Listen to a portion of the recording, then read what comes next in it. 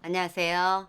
네, 제4차 중정기 보육 기본계획 우리가 네 번째 전략입니다. 안정적인 보육 서비스 기반 구축을 위해서 우리가 세부 추진 전략은 우리가 어떤 것들이 있는지 여러분들하고 알아보는 시간을 갖도록 하겠습니다. 우리 네 번째 안정적인 보육 서비스 기반 구축을 위해서 우리가 어린이집에 안정적이고 효율적인 지원 체계를 마련을 하고 그다음에 공공보육을 확대하고 그다음 내실화하겠다. 그다음에 인구 구조 변화에 따라서 보육의 사각지대를 좀 예방하고 그리고 전달 체계라든가 시스템이라든가 홍보를 고도화하겠다라는 주요 과제가 있습니다. 구체적으로 우리가 세부 전략은 어떤 것들이 있는지 살펴보도록 하겠습니다. 안정적인 보육 서비스 기반을 우리가 구축하기 위해서 먼저 우리가 효율적인 안정적인 지원 체계를 마련을 해야 되겠죠. 그래서 표준 보육 비용을 고도화해서 우리가 어린이집 보육료 있습니다. 어린이집에 아이들이 다니려면 보육료를 지금 내야 되는데 이거를 좀 더 현실화하겠다라는 겁니다. 우리가 표준 보육 비용을 산출하게 되거든요. 네, 지금은 우리가 물가 상승, 물가 대비에 비해서 보육료가 사실은 너무 낮습니다. 그래서 우리가 보육 비용이 우리가 조금 더 고도화하겠다. 그래서 촘촘한 보육 비용의 지원 근거를 산출하겠다라는 겁니다. 다시 말하면 보육료를 좀 더 현실화하겠다라는 거죠. 예, 그래서 어린이집의 보육 비용이 안정적으로 지원할 수 있는 방안을 모색하겠다라는 겁니다. 이건 24년도. 네, 우리가 지원 근거를 산출을 해서 24년도부터 이렇게 지원할 수 있도록 하겠다라는 겁니다. 어린이집 비용 지원 체계 정비라든가 합리적인 규제 이런 것들을 좀 더 개선을 하겠다라는 거죠. 그래서 우리가 어린이집의 보조금 그다음에 보육료 지원 체계 이런 개선 방안을 마련을 해서 우리 어린이집이 안정적으로 운영할 수 있도록 우리가 하겠다라는 겁니다.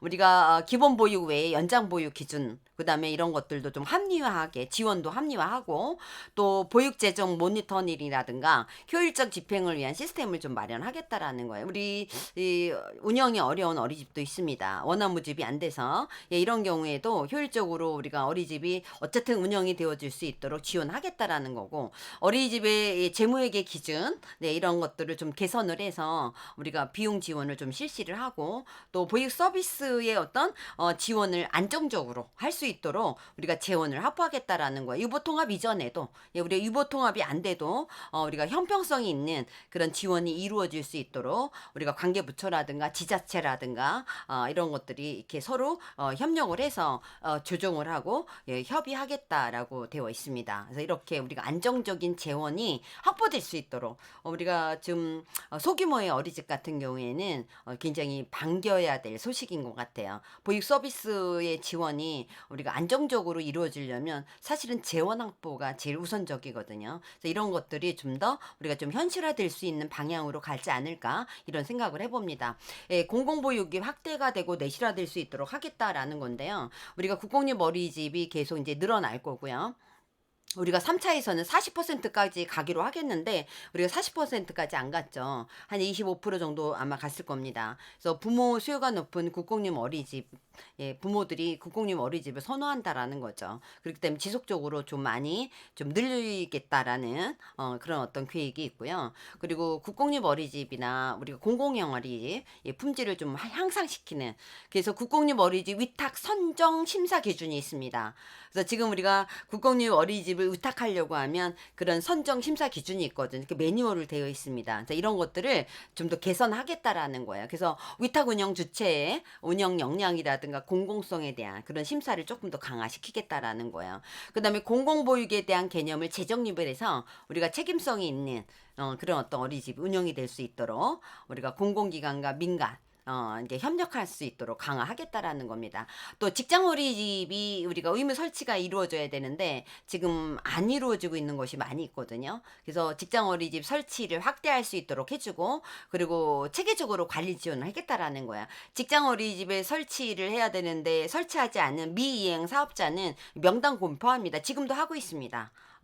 어린이집에 지금 직장에 어린이집이 설치가 돼야 되는데 안 하고 있는 어린이집은 지금 명단을 지금 공표하고 있거든요. 그리고 직장 어린이집에 지원을 좀 해주겠다라는 거예요. 설치비라든가 인건비. 그래서 체계적으로 관리할 수 있도록 직장 보육 지원 시스템을 구축하겠다라는 거예요. 그래서 이런 것들이 우리가 안정적인 보육 서비스를 할 수 있도록 그 기반을 구축할 수 있도록 좀 내실을 하겠다라는 거고요. 또 인구 구조 변화에 따라서 우리가 보육의 사각지대가 생길 수 있어요. 그래서 이런 것들을 좀 예방하겠다라는 겁니다. 어린이집의 공급 구조를 개선을 해서 우리가 보육 취약 지역이 있습니다. 우리가 지금 현재는 농어촌이잖아요. 근데 이런 것들을 다시 지정을 하고 지원을 해서 보육 서비스의 어떤 취약 지역 진단 기준을 개발을 하겠다라는 겁니다. 그래서 정물 지원을 좀 마련을 하겠다라는 거고요. 우리 농어촌이라든가 특히 인구 감소 지역 특별히 더 많이 우리가 영유아들이 출산이 아이들이 늘어나야 되는데 뭐 출생을 하지 않는다거나 인구가 감소하거나 막 이렇게 돼서 보육 서비스의 인프라를 좀 개선을 하고 지금 이거는 우리 어린이집뿐만 아니라 초등학교도 지금 심각합니다. 초등학교 아이들도 지금 계속 줄어들고 있잖아요. 그래서 초등학교를 서로 통합하는 그런 방안도 지금 모색을 하고 있거든요. 또 어린이집의 소규모화에 대응한 공동 브랜드화 를 지원한다라는 거예요. 그래서 우리 다 같이 보육이라 그래서 이미 지금 이건 하고 있거든요. 어린이집의 어떤 경영 악화라든가 또 보육 서비스의 질 저하를 극복하기 위해서 어린이집끼리 서로 협력을 하는 겁니다. 4개에서 5개 정도의 어린이집 소규모의 가정 어린이집 하나의 그룹으로 묶어서 아이들을 함께 키우는 어린이집 협력 모델 개발을 한다라는 거예요.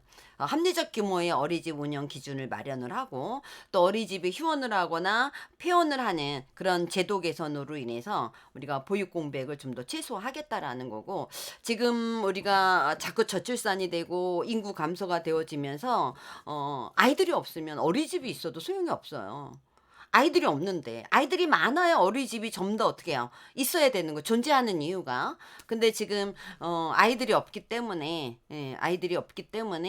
어린이집이 점점 소규모화되고 지금 가정 어린이집 같은 경우 해마다 막 2,000개씩 막 이렇게 줄어들고 있잖아요. 어린이집이 지금 폐원이 되는 경우 굉장히 많이 있습니다. 그래서 이런 것들 그래서 지금 20명의 어린이집이 지금 열 몇 명 심지어는 두 자리가 아닌 열 몇 명도 아닌 뭐 8명 9명인데도 있습니다. 그래서 이런 어린이집은 하나로 묶어서 함께 하나로 묶어서 다 같이 보육을 하는 그런 어린이집 협력을 통한 보육이 이루어질 수 있는 그 모델을 개발을 한다라는 겁니다. 23년도에 아마 추진이 될 것 같습니다.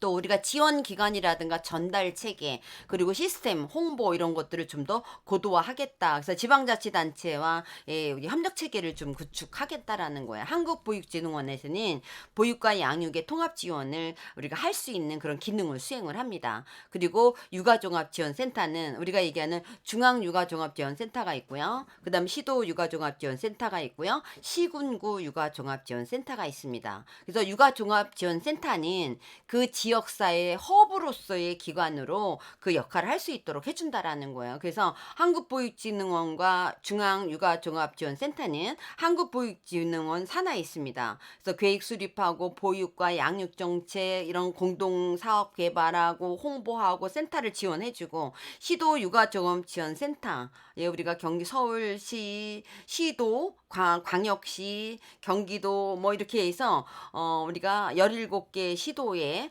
경기도에 있는 경기도가 있고 북부가 있고 2개가 있습니다. 그래서 관할 지역 특화 사업도 개발하고 또 시군구 센터를 지원을 하게 되는 그런 역할을 하게 되죠. 그다음에 이제 시군구 육아종합지원센터에서는 직접적으로 어린이집에 현장 지원을 하고 그다음에 유관기관과 연계를 하고 또 시군구에 맞는 그 지자체에 맞는 특화 사업을 수행하는 그래서 육아종합지원센터가 지역사회에서 어떤 허브로서의 역할을 할 수 있도록 우리가 마련한다라는 겁니다. 또 어린이집 안전공제에서는 우리 어린이집의 안전사고 예방이라든가 관리라든가 이런 기능을 좀 더 강화하겠다라는 거고요. 그다음에 우리가 보육통합정보 시스템 네, 이걸 활용을 해서 빅데이터 플랫폼을 구축을 하고 또 홍보라든가 이런 것들을 강화하는데 우리가 임신 육아 포털 사이트가 있습니다. 이런 것들 좀 더 고도화하고 연계해서 우리가 정책을 우리가 얘기하는 보육과 양육과 이런 어떤 정책에 관련된 거를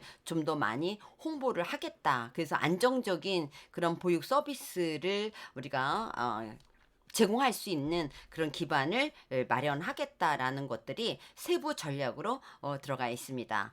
자, 지금까지 우리가 안정적인 보육 서비스 기반 구축을 위해서 우리 어린이집에 안정적이고 효율적인 지원 체계를 마련을 하고 그다음에 공공보육이 확대하고 내실화되고 그다음에 인구 구조 변화에 따라서 또 보육의 어떤 사각지대가 없도록 예방을 하고 전달 체계 시스템 뭐 이런 것들을 좀 더 고도화하겠다라는 안정적인 보육 서비스 지방 구축에 대한 세부 전략에 대해서 우리가 알아보았습니다.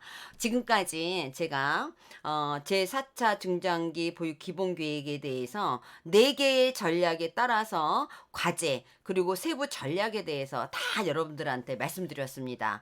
제4차 중장기 보육 기본 계획은 바로 23년도부터 27년도까지 우리가 이루어질 그런 일들입니다. 그래서 다 이루어질 수 있을지 아직은 모르지만 당장 우리가 내년부터 시행이 되어지고 그리고 27년도까지 서서히 단계별로 이루어져야 되는 그런 계획도 있습니다. 우리 보육교직원들, 우리 원장님들, 우리 선생님들이 우리 보육 정책이라든가 방향이 어디로 갈 건지는 제대로 알아야 되겠죠. 그리고 보육계획의 주요 계획을 알아야 될 것 같습니다. 그래서 보육교직원의 어떤 전문성이라든가 이런 역량을 갖출 수 있는 그런 조건 중에 하나가 바로 현재의 어떤 보육정책 방향, 그 다음에 전략 이런 것들을 아는 거라고 생각을 합니다. 우리 쌤들 다시 한번 제4차 중장기 보육 기본 계획을 한번 다 보시면 좋을 것 같고요.